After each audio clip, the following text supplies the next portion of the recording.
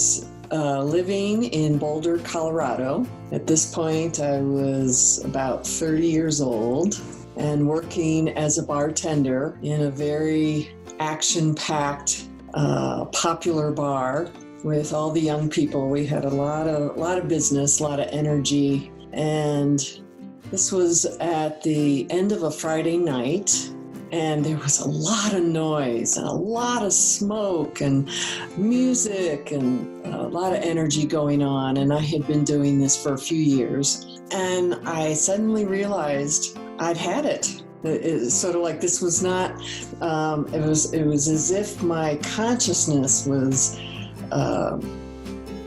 just blasted with so much energy I couldn't really stay with myself in a certain way. So I threw my bar towel down on the bar and said, I've just had it.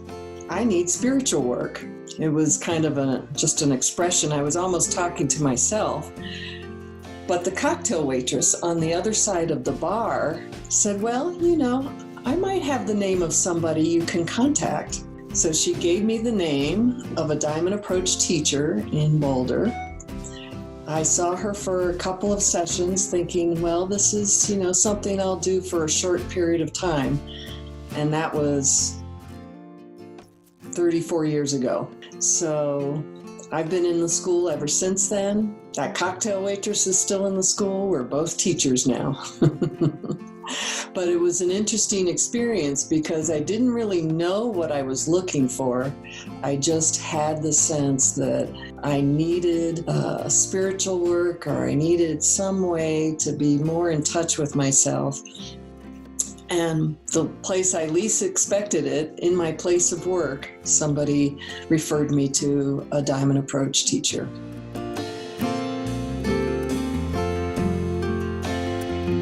My first big surprise was within the first few private sessions that I did. This was before I was in an ongoing group and I was just working with my teacher individually. In the middle of a private session, suddenly I started experiencing space. I didn't know what it was, but it was just like there was all this space underneath me and around me, and it was so astonishing. Because up until that point, I'd always felt fairly condensed and earthbound and contracted in my sense of who I was at the time. That was the first time I recognized an essential experience. And the space came in and opened things up and just altered my sense of self in a delightful way. And I realized, oh, there's something to this. There's something, there's this whole, what up till now has felt invisible to me. There's something that I can discover here.